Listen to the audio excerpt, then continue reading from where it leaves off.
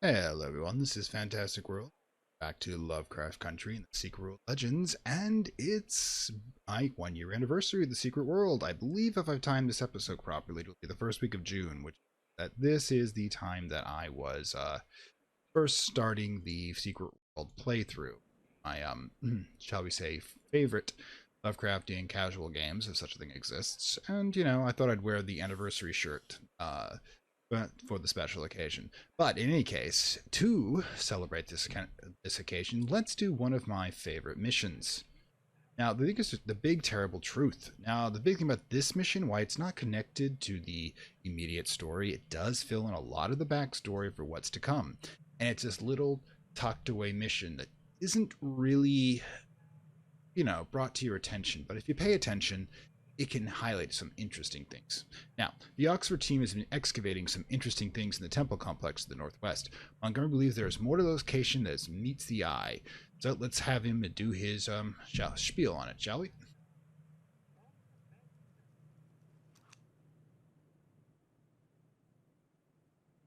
And Tie, once the great royal wife, decreed her dyers to be set down at the Ankh.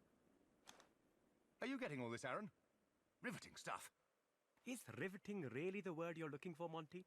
At least take a rubbing, man. Ah, hello again. We're getting in a little legwork while there's a break in the, murdering. I don't know how au fait you are with the reign of Pharaoh Akhenaten. Creator of the would-be capital, Amarna. Dedicated to his one god, Aten. It's out that way. Yes, a very long way out there. Even on its rushed schedule, the city was never completed. It was a vanity project, subject to the whims of Akhenaten's growing megalomania. And our man was distracted. By the demands of his Atenist religion. And the wiles of his mother, Tie the Red Queen. She colored her nails blood red, perhaps even dyed her hair. Upper-class ancient Egyptian women were millennia ahead of the glamour curve. Think of a Lady Macbeth figure by way of Grace Jones. Who? Oh. Why did Tie, Akhenaten, and their divine cult start a new citadel in this empty place? What brought the Romans here decades on? I venture the answers are still carved under sand.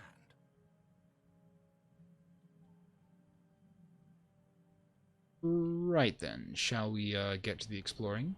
Alright, so first things first, we need to explore the evidence gathered in this. Sheesh, these guys have had a rough condition of their tent. This is what they're sleeping in? Wow. The Oxford archaeology map. Okay, so Ritual 1, Ritual 3, and Ritual 2. So 3 rituals have to be. This is probably a lot of work. Montgomery's research. Ruins to the northwest of particular interest. Research curtailed by the beastly latter-day Atenist cult. Forced to abandon notes and translations. Trustees have remained for Oxford eyes only thanks to Nipple Cipher. Inventive mind Dr. Singh's absence. A rudimentary knowledge of Roman history should be key to the lock. Now, she's referring to the Roman cipher. Now, this isn't obviously the first time I've done this mission. I did try to do an earlier recording of this blind, but it is so rough to try to do that and be rough to sit through that I just had to come back and do it again in a smoother. Now, let's look at De La Roche's additional notes. Oh, yes, I likes to sketch. That's good. Some of the Egyptian gods there. And the seismograph. I think we did this one before, but yeah, it notes highly unusual, unstructured patterns, a cadence. In other words, this is registering that something evil is coming. Now, bye guys. Back in a bit. Let's. Oh, yep. Whoops, I forgot I left the flame cycle on. It's not my usual cycle, but it's kind of a favorite, so I'm going to let it go for this mission. Whoops, I did forget something. There is something else I wanted to do this mission. Silly me. En route, you may notice that these guys are kind of without supplies, so there's a side mission over here to. Oh, thank you. Well, I do kill, but not you guys. Not for bread alone. Water is more precious than desert, but never more so than the midst of chaos and crisis. When ghouls overran the dig site, the archaeologists had every reason to drop everything and flee. But with water being so. Oh, well, this is where the radio comes from. But with water being so scarce in the encampment, it might be worthwhile to return and recover any canisters that have been left behind. No comment. Anyways. Alright. I'll pick up the water on the way by. I'm going to have to come back here anyways, so... Okay, cool. I never quite figured out what stimulates that particular comment. Excuse me, I'm just not big on ghouls. Thank you for dying. Alright, so apparently left a lot of water around.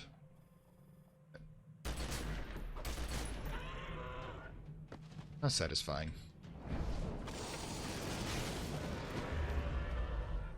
I really should be nicer, but I'm not. I saw one. Yep. There's one hidden back there. Okay, back into this tent. Ah, it's the third one. And apparently I ditched the cycle automatically inside a tent. I guess it's just too rude. I mean, all the exhaust fumes in this, well, haunted wilderness. I mean, do hell cycles produce, like, carbon dioxide for just the climate change? Oh, so there's probably more of a sulfur thing going. Oh, somebody got killed. 6. Bye. I love the sound of a dying ghoul. Ooh, ooh, I missed one of... Ooh, I missed 2, actually. I have been... Ooh, ooh. Something here. I saw it. Sigh. Hidden back here. I see it. Excuse me. Anyways. There we go. Yet another one of those caches. I have like hundreds of them. Hi, dude. Hey, Templar brother. I've noticed I'm actually tending towards the Illuminati colors. I must be doing one of the last mission I did. But I kind of prefer the cooler version. Oh, good grief. Stop leaving the kid alone. Alright? We cool?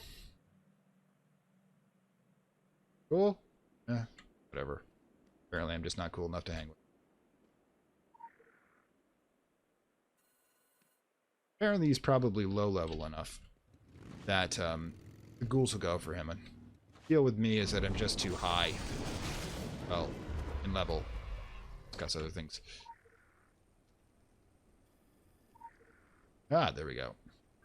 Okay, so let's switch back over to the original mission. Oof. A lot of these caches recently. Hang on a second. That's a real life issue. Terribly sorry about that. Unfortunately, there's RL. It's some of my recordings, so that's why you sometimes get these fade in and fade outs. I usually try to give you guys warning. If you ever see one without, you know, any sort of warning, well, something happened. Anyways, so one of the things to understand about Aten here, Ataken is that's the name, but yeah, he's an actual pharaoh. There was a pharaoh that tried to create a monotheistic religion, as opposed to the polytheistic standard religions you know about, like with Horus and Ra and the more interesting stories. And he tried to create an entirely new city, and he tried to do this. And now the thing is that the game itself has decided to incorporate that as his turning not to a monotheistic god, which is certainly not the Hebrew god, I can tell you that much. But then saying this way, other way. But then saying that he was worshiping an elder deity, the dreamers in this reality. Lovecraftian gods attempt to bring ruin unto the world. In the right way. Okay, looks like it. They're taking a shortcut.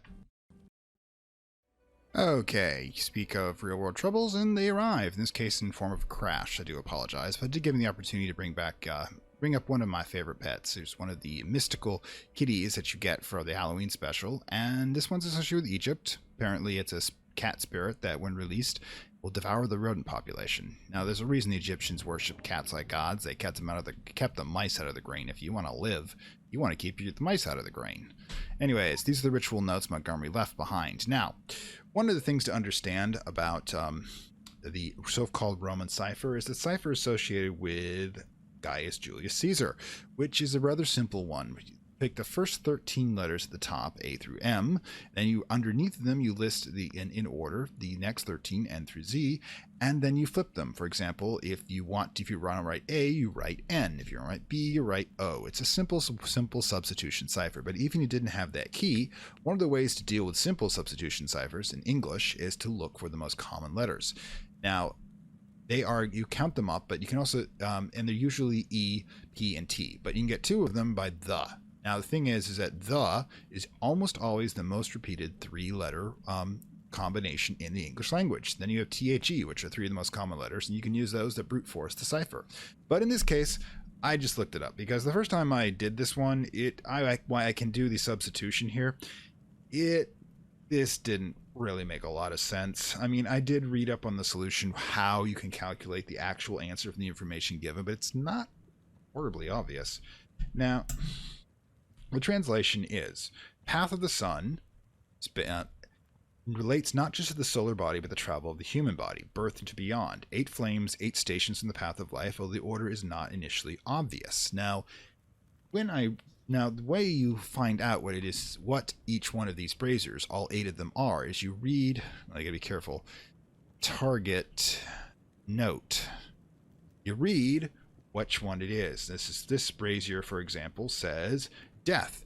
Death is ever present. Now you assume that's at the end of the cycle because, that's how the life goes. But no, in both the sun and mortal life, Egyptians don't think death is the end. They just think it's a stage of life. A lot of the more pagan religions have a mindset of that. This one over here, for example, says infancy, a quickly doused flame.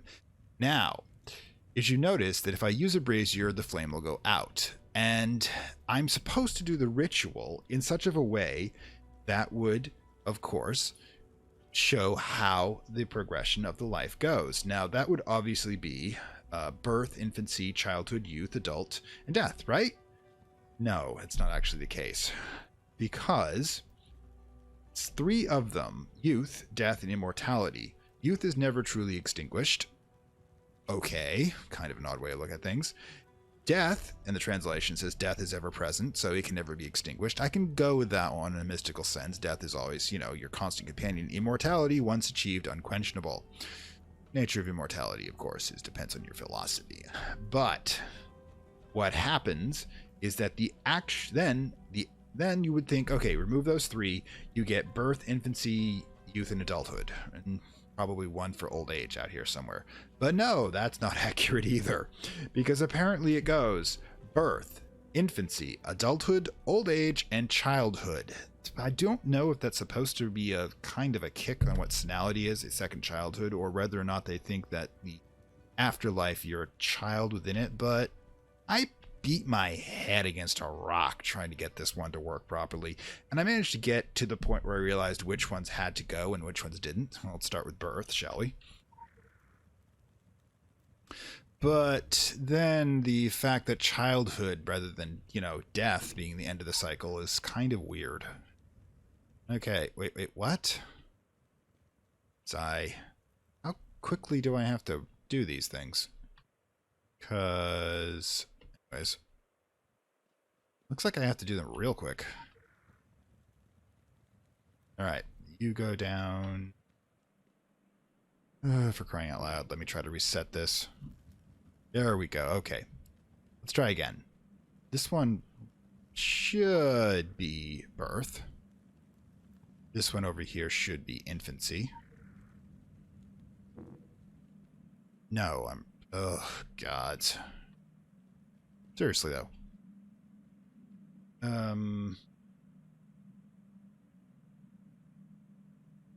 Let's see.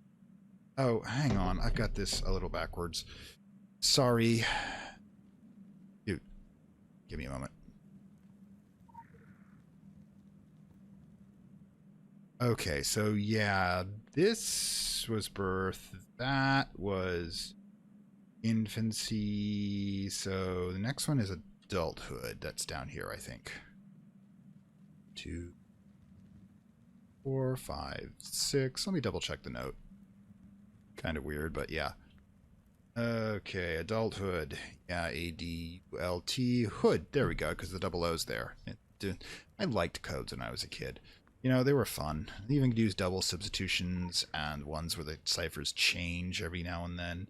It's kind of interesting. This one's old age, even though it doesn't have that one. You have to know that one by association. And I think this one is childhood, but let me double check it. Get the notes.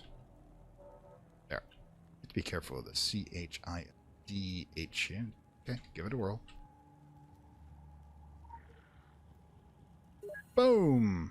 Yeah, like I said, that one I had to look up after a long time. I did get the other ones, though, because, well, you know, I like to pull the jump. Pride myself a bit here. And boom! Bam! There we go. Love that B power. It makes me weightless when I jump. Aha! Collect the metal scarab. I'll probably need that for a lock. Okay. Cool, I got an AP. Yeah. We're in a layer, guys. I am not going to mess with those things. Level 50s each. So we're going to try to not be noticed, if you don't mind. I mean, this is one of the few times which I actually have to be careful. A lot of times I can just bust through because I am over-leveled. And you notice these lovely crystals here are going to be yet another, you know, thing. Now we've got Montgomery's notes, which is kind of weird if paper wouldn't have. And here we go again. Alrighty then. The Ritual of Days. Give me a moment.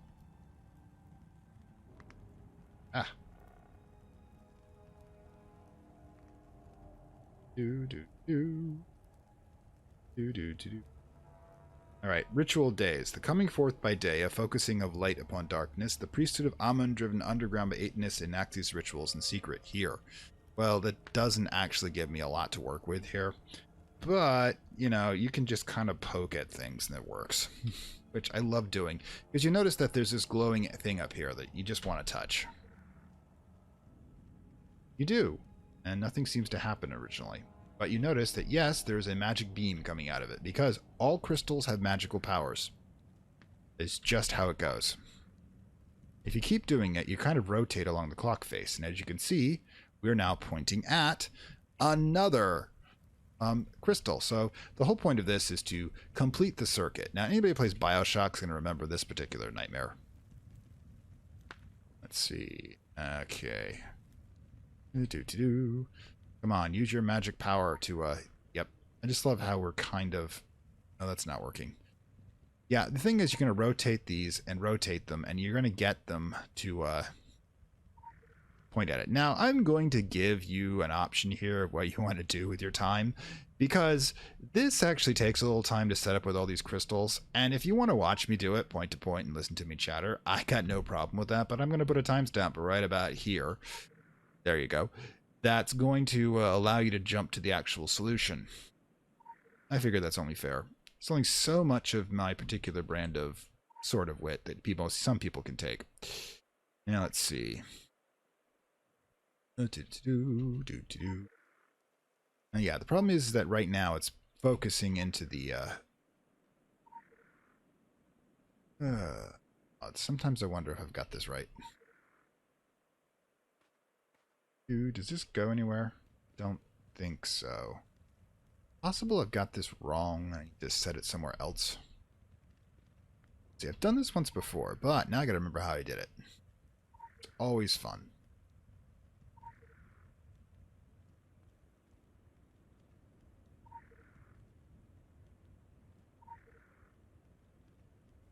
Okay, but yet this one doesn't go to this crystal, which is annoying. Huh. Nice details there. And guess it does have to go to that one. If this gets really bad, I am totally going to, I will totally just skip ahead because I don't want any of you to have to suffer through my brute forcing it. Trying to figure out where on earth you can put this for the next one.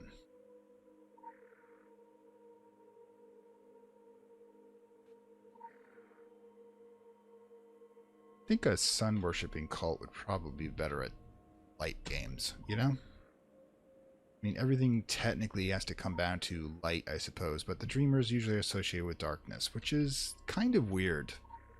mean, dark suns and all that can have sort of mysticism about them. You start to reveal what's hidden. I mean, obsidian. Huh. I should have gone somewhere else first. Yeah, I think I made a mistake here. Let's check it out. But yes, one thing about Egyptian mythology is it's one of the things we know about from the movies a lot, but really don't know that much about. I mean, it was a stable society for hundreds of years. Oh, there we go. This was the side I needed. Stable society for hundreds, if not thousands of years, with the occasional upset of rebellion, with the pharaohs messing with each other, messing with history to make them the heroes. You know, sometimes scratching their names on monuments somebody else built. Because, you know, hubris. The thing is, you can't, for some reason, respect what other people have done before you, because if you think it's diminishing you in some way.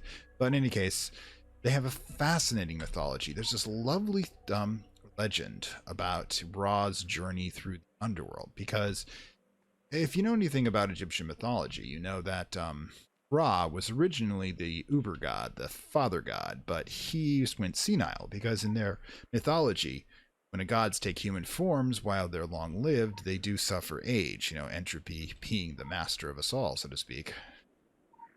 And people, like gods, they grew senile. So one of the things about Ra is that he created Sekhmet, which was the lion-headed goddess of vengeance. We referred to her in the previous episode a bit with the statues, but she is the goddess of retribution.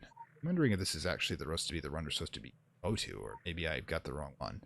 But yeah, in any case, what happened is that Ross decided that mankind was not giving him his due because he was senile, old, and kind of, you know, crotchety. So he actually tore out his eye and created Sekhmet, the lion-headed goddess of vengeance. And she started tearing into humanity like you wouldn't believe. I mean, she's a goddess of vengeance, so I guess she really liked her job. But what happened is that he decided the other gods petitioned to point out she'd gotten a little crazy because she'd gone down and just started wiping out everybody. And, you know, why punishing your worshippers is one thing, but wiping them completely out, it doesn't work so well. Let's see, can I reach this one? So, yeah, the thing is that he tried to tell Sekhmet to chill, but she didn't have any of it. So eventually, he tore out a part of her essence and made another goddess out of her. Hathor or Bast or both. Depends on the legend you're looking at. Remember, over thousands of years, a lot of legends get modified. Like I was stating before, you get a new pharaoh in. How the hell do I do this one? Get a new pharaoh in. He decides to change it so he's the hero. I guess I'm going to have to do that from up there. Anyways, and he's going to rewrite the legends the way he wants them. Like Aten in this particular narrative and in the real world attempted to abort the entire pantheon, which is frankly ego like crazy. But yeah, so what happens is that after doing so, Sekhmet chills a bit, becomes more of a even-headed goddess of vengeance, kind of actually a replicant of the Greek myth in which the Furies are supplanted by Athena, the goddess of justice. So instead of being bloody retribution, they are of crime and punishment. Come on, we can do this. All right, we're almost there. Let's see. Okie dokie, okie dokie, okie dokie. Anyways, the thing is, this is why the image of the Eye of Horus has Eye of Ra has mystical implications, or at least it's one of the reasons. I mean, there are a lot more legends, and frankly, I think this one was added on later. But in any case, the upshot with it is Ra realized that he was kind of losing his facilities. So he decided that it was time to retire, and he gave up his mortal form and ascended into the barge of the sun, and then travels through the underworld every time the sun sets in 12 different houses, each one for each hour. And I'm gonna put a link up because if any of you guys have actually stuck around with me and didn't jump to the thing is, you deserve a little thing to Overly Sarcastic Productions, who has a retelling of the snake-laden journey the underworld Ra goes through to be reborn each day, And, I'll put it up here. A little bit of a treat for you guys. But, see, we're almost there. And there we go. But, he essentially gave up his mortal form and then passed it down to his son, which I believe is Horus. Ah, here we go. I think this is what we're... Oh, the ritual is over. Excellent. And that means we've opened up this particular secret panel down here. Now, the thing is that we're kind of just randomly following things around, but you notice you've got the Dreamer's eye stretch here. But one of the things to recall is that this is graffiti over the previous generation. Atan in the real world, and here, is trying to erase the images of the gods and replace them with, gods he prefers. Thank God he put an exit in. And some of these vulnerability doors are just annoying, because I can set things on fire. You'd think a 4,000-year-old wooden things. Oh, and if you jumped ahead and were to us here now, hey, welcome back. I don't hold it against you. Like you put anything in the middle that you might have seen. Of course not. Next set. Okay. Let me get the transcription for this one up.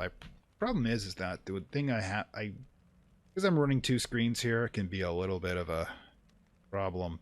Okay. Report to lineage. Okay. Find and suffer the notes.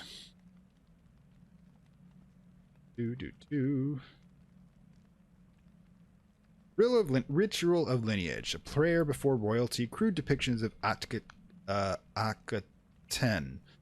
Okay, I'm not going to hold not pronouncing his name very well because, well, his cultists can't do it. They just use the first syllable. Atan, Atan. These were not made to honor him. Consider his names. Atanakan's names are raised after death, but that was not his true name, a prayer to truth.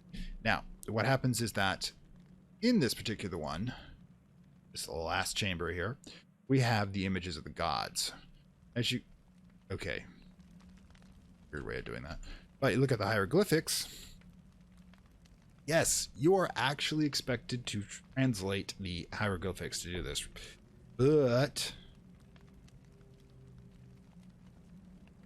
it's actually easier than you think. The statues that you're supposed to pray to, remember, you have, like what I showed with the wave earlier, you have these actions that you can put your character in by pressing the right scripts. And Atan is the one who wants to be prayed to.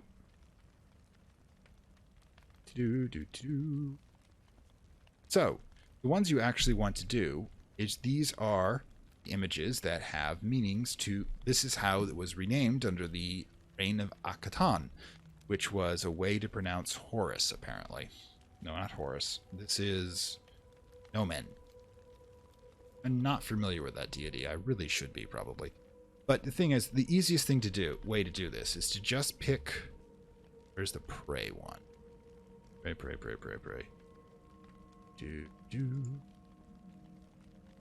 Exceeded / Yeah, I don't use these a lot, unfortunately. Now, where is pray? There we go. You pray in front of the deity, it lights up. Now, if you notice on the opposite side, this is the name Akhenaten. Now, this particular one is of the original lineage. It is Nomen as well, but it's the original one. Now, you'd have to do some serious Googling to get this information to work, because I don't think there's a lot of us who actually, speak hieroglyphic very well. But I think it's all the ones on the left side, because as you can see it, you can even see them here. All right, so we'll try this one next. If I'm wrong, I do apologize. Okay, so you're glowing too, and we'll try this one. Let's see. These statues and the... Oh, for crying out loud. I got it completely wrong. Apologies. Supposed to be the ones on the right, not the left. Silly me. This one's in bad shape. Anyways, it's on the right of the ones that are supposedly Amenhotep IV. Okay. But you can see that... Oh, well, I guess I'm going to have to redo all of these. I apologize. I really Should have looked this one previously, but sometimes I just remember these things wrong. Of course, I'm not quite sure what I'm praying to.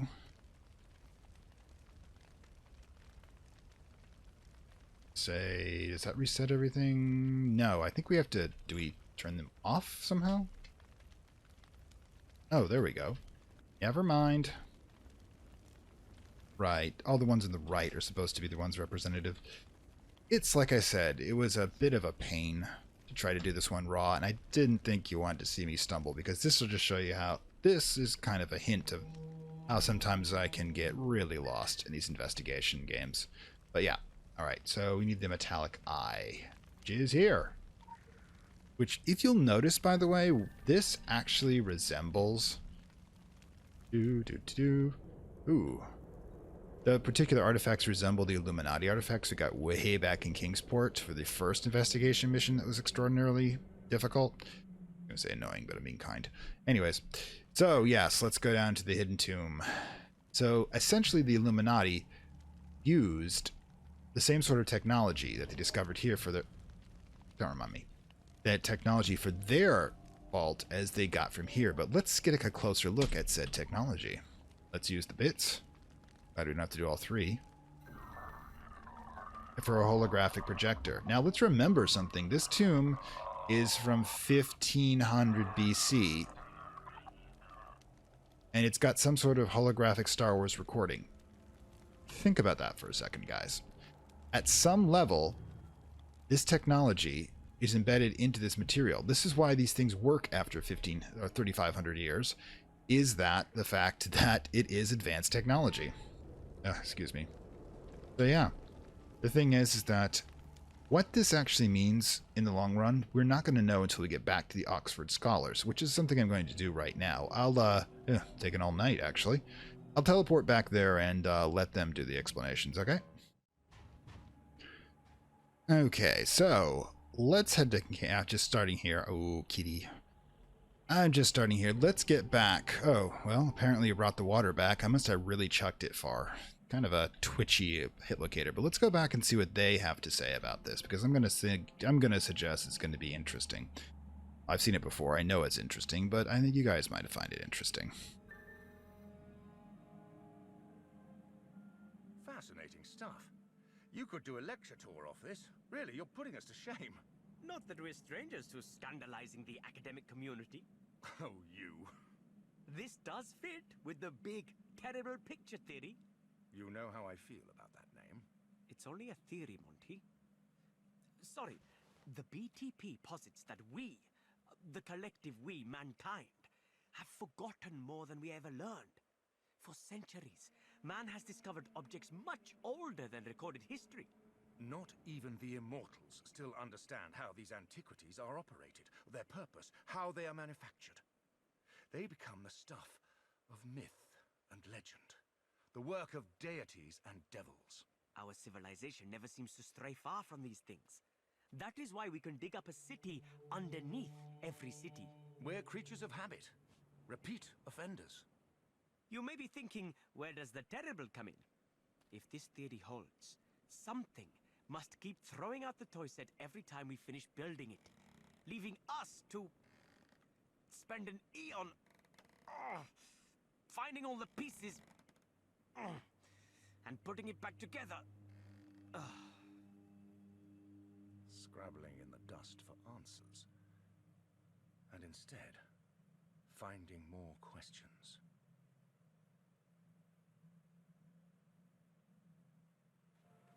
A quick note of what that means, by the way.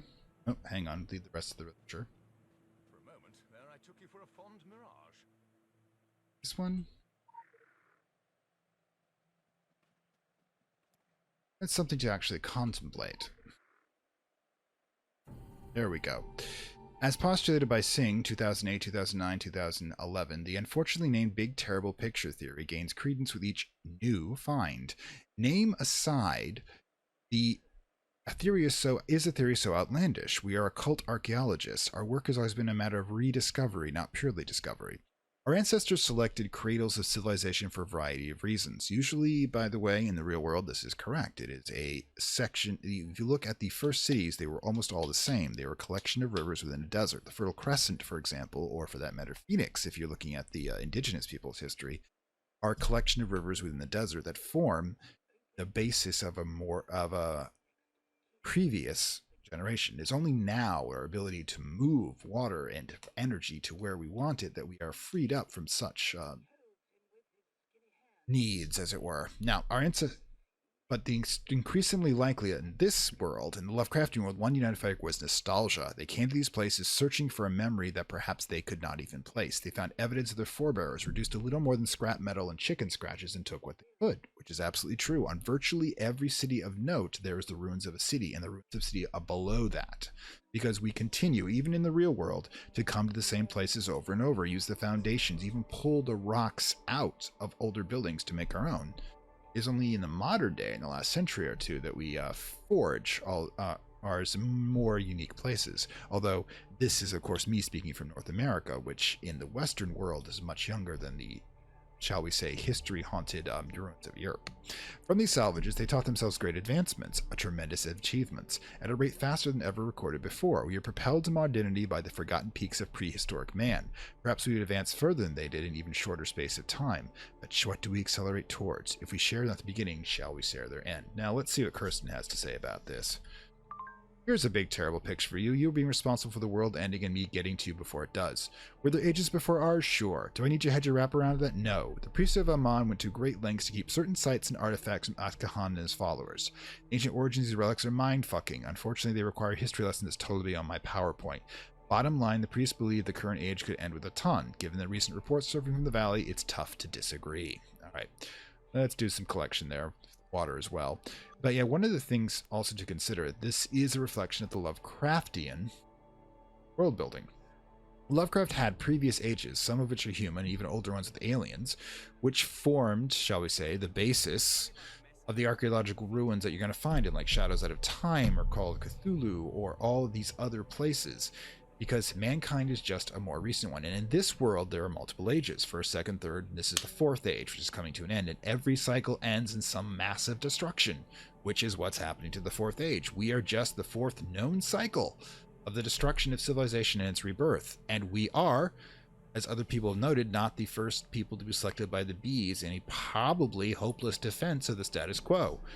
I mean, we may be immortal. I might be able to kill the heck out of cultists, but stop the dreamers, prevent the end of the world. Can even hundreds of bees do that? I mean, and they've probably tried before and failed, and we all know what the definition of insanity is, which to some people, the saying is to string the same thing over and over again, hoping for a different result. So will someday they poke through the ruins of modernity in this world, in the fifth age, and wonder, wow, how does this particular piece of equipment work? It'll probably be a BlackBerry. And then wonder about the horribly advanced technology and what must have happened to them. I mean, if you look at it, in our own history, there are huge stratas of destruction, catastrophics from, climate change and wars and the ambitions of foolish men. And now in this world, Lovecraftian world, you can throw in the ambitions of elder gods. But as I was going to say, it's a thing to remember. It's a nice mood setter. It's the understanding that no matter how desperate the situation and how important your character feels right now in a Lovecraftian universe such as this, you might just be a vain hope. You might just be the slow dying of the light. Because it always comes down to to this inevitable destruction and rebirth. The karmic cycles, as the Eastern world might say it. And it's interesting to note, is the solution, as the Eastern says, to give up the cycle and separate from it, or are these cycles building to something else? I mean, heck, even the shirt I'm wearing has a cycle on it. Even that's the logo of the game. So with this brief tour into the philosophy of Lovecraftian universes and my ramblings upon it, I hope you have enjoyed this particular interlude, and I'll see you next episode when we resume the main plot, because no matter what we might think of the futility or possible futility of our actions, to be inactive, well, stasis is probably a state worse than death and rebirth. See you next episode. You will see the dawning of a new age. To be a monarch or a beggar. To lose everything, or to become a god? To stand with us, or against us? The choice is yours.